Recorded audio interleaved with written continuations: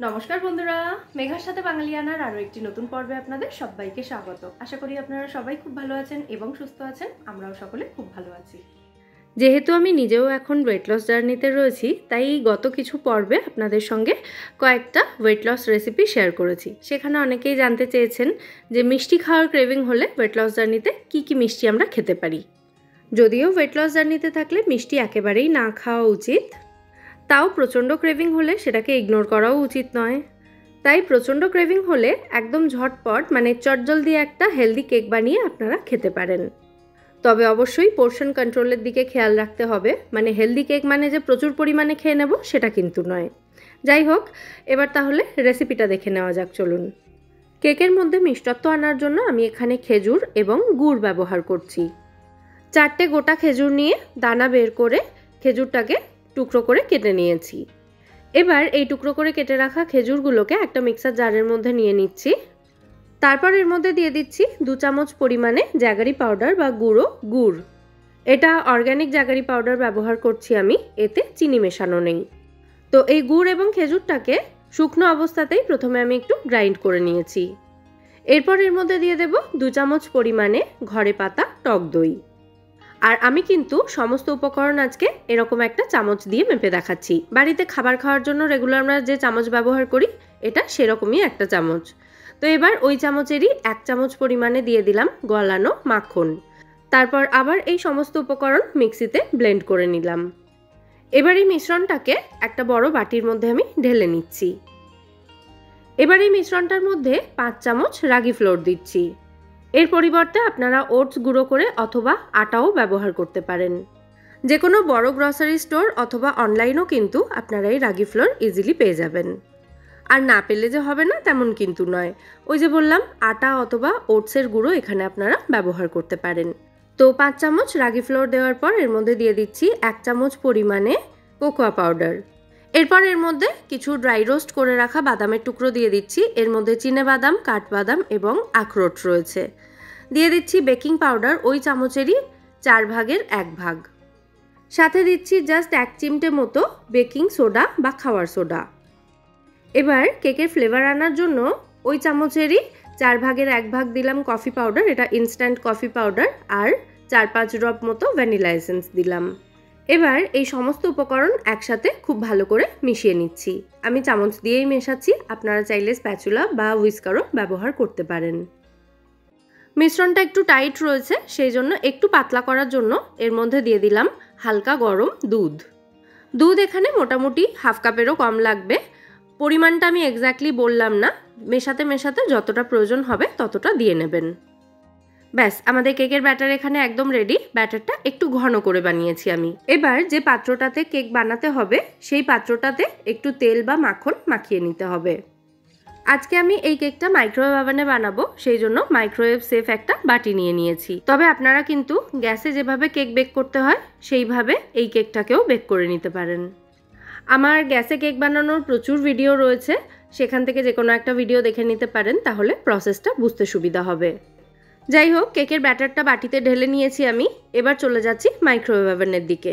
যেহেতু মাইক্রো মোডে কেকটা বানাবো, সেই জন্য ওভেন প্রিহিট করার কিন্তু কোনো দরকার নেই। ওভেন জাস্ট অন করে কেকের বাটিটা ওভেনের মধ্যে বসিয়ে দিলাম। এবার 2 মিনিট টাইম সেট করছি। একদম ঠিক শুনেছেন, মাত্র 2 মিনিটেই কিন্তু এই কেকটা রেডি হয়ে যাবে। তো 2 মিনিট টাইম সেট করে দেওয়ার পর ওভেনটাকে আমি অন করে দিয়েছি। আর আমার এই ওভেনটা 900 ওয়াটের। আমি কিন্তু 100% পাওয়ারেই কেকটাকে মাইক্রো করছি।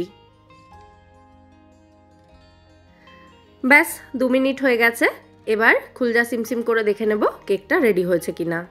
আপনারা চাইলে 1.5 মিনিট পর একবার কেকটা চেক করে নিতে পারেন। তবে আমি যেহেতু বহুবার এই কেকটা বানিয়েছি, সেই জন্য একবারে 2 মিনিট পরেই ওভেনটা খুললাম। কেকটা হয়েছে কিনা চেক করার জন্য একটা ছুরি অথবা টুথপিক কেকের মাঝ বরাবর গেঁথে দেখে নেবেন। যদি দেখেন ছুরিটা একদম পরিষ্কার বেরোচ্ছে, তাহলে বুঝতে হবে কেকটা কিন্তু একেবারে রেডি হয়ে গেছে। এবার এই কেকটাকে একটা চকলেট সিরাপ দিয়ে একটু সাজিয়ে গুছিয়ে নেব। তার জন্য এখানে ডার্ক চকলেট নিয়ে নিয়েছি ওই 2 চামচ মতোই। এরপর এর মধ্যে দিয়ে দেব fresh cream. Low fat fresh cream এখানে ব্যবহার করছি আমি 1 চামচ মতো। তো চকলেটটা যাতে মেল্ট হয়ে যায় ভালোভাবে, তার জন্য ক্রিমটা মেশানোর পর এই ক্রিম এবং চকলেটটাকে আমি মাইক্রোওয়েভ করে নেব 30 সেকেন্ডের জন্য। 30 সেকেন্ড মতো মাইক্রো করার পর চকলেটটা ভালো মতো মেল্ট হয়ে গেছে। তো এবার এর মধ্যে লিকুইড দুধ অ্যাড করলাম 3 থেকে 4 টেবিল চামচ মতো। খুব ভালো করে সমস্ত উপকরণ মিশিয়ে নিচ্ছি। আমার মনে হচ্ছে সামান্য একটু দুধ আরও অ্যাড করতে হবে, সেই জন্য আরও 1 চামচ মতো দুধ এখানে অ্যাড করে দিলাম, দিয়ে আবারও ভালো করে মিশিয়ে নিচ্ছি। একদম লিকুইড একটা টেক্সচার হবে এটার। এর মধ্যেও সামান্য একটু কফি পাউডার দিয়ে দিচ্ছি, ওই ইনস্ট্যান্ট কফি পাউডার, ওই 1 পিঞ্চ বা 2 পিঞ্চ মতোই এখানে আমি দিয়েছি জাস্ট ফ্লেভারের জন্য। দিয়ে আবারও ভালো করে মিশিয়ে নিচ্ছি এবং আমাদের চকলেট সিরাপ কিন্তু এখানে একদম রেডি হয়ে গেছে। এবার যে কেকটা রেডি করে নিয়েছিলাম সেই কেকটা সামনে নিয়ে চলে আসলাম। কেকের মধ্যে একটা কাঁটা চামচ দিয়ে এভাবে কয়েকটা ছিদ্র তৈরি করে দেব, যাতে চকলেট সিরাপটা কেকের বিভিন্ন জায়গায় পৌঁছাতে পারে, তার জন্যই এটা করছি। আর দেখুন কেকটা কিন্তু অলরেডি সাইড ছাড়তে শুরু করেছে। এখন কিন্তু বাটিটা উল্টে নিলেই কেকটা খুব ইজিলি বাটি থেকে বেরিয়ে আসবে। তো একবার আমি কেকটা বের করে দেখিয়ে দিচ্ছি বাটি থেকে, এটা টেক্সচারটা কেমন হয়েছে তাহলে আপনারা বুঝতে পারবেন। দেখুন একদম পারফেক্ট টেক্সচারের একটা কেক রেডি হয়েছে। যাই হোক, কেকটাকে আবার আমি বাটিতে রেখে দিয়েছি। এবার এই কেকের ওপরে আমি রেডি করে রাখা চকলেট সিরাপটা ঢেলে দেব। এমনভাবে চকলেট সিরাপটা ঢালতে হবে যাতে পুরো কেকটা এই সিরাপ দিয়ে কভার হয়ে যায়। ফাইনালি কেকটাকে আরও একটু সাজানোর জন্য ড্রাই রোস্ট করে রাখা বাদামের টুকরো ওপর থেকে ছড়িয়ে দিলাম। বেশ দেখতে হয়েছে না কেকটা? এটা কিন্তু খেতেও খুব ভালো হয়। কেকে এমনিতেই আমার খুব একটা ক্যাটক্যাটে মিষ্টি পছন্দ নয়, সেই জন্য মিষ্টির পরিমাণটা কিন্তু আমি একটু কমই রেখেছি। তবে আপনারা চাইলে মিষ্টিটা নিজেদের স্বাদ অনুযায়ী বাড়িয়ে বা কমিয়েও নিতে পারেন। মানে মিষ্টত্ব বাড়াতে গেলে গুড় এবং খেজুরের পরিমাণটা একটু বাড়িয়ে নেবেন। ব্যাস, আমাদের diet friendly, healthy and tasty chocolate cake এখানে একদম রেডি। এই কেকটার 4 ভাগের 1 ভাগ কিন্তু আপনি আপনার ওয়েট লস জার্নিতে খেতে পারেন, তবে সপ্তাহে মাত্র 1 দিন। তো আজকের এই 2 মিনিটওয়ালা ডায়েট ফ্রেন্ডলি চকলেট কেকের রেসিপি আপনাদের কেমন লাগলো সেটা কিন্তু কমেন্টে অবশ্যই আমায় জানাবেন।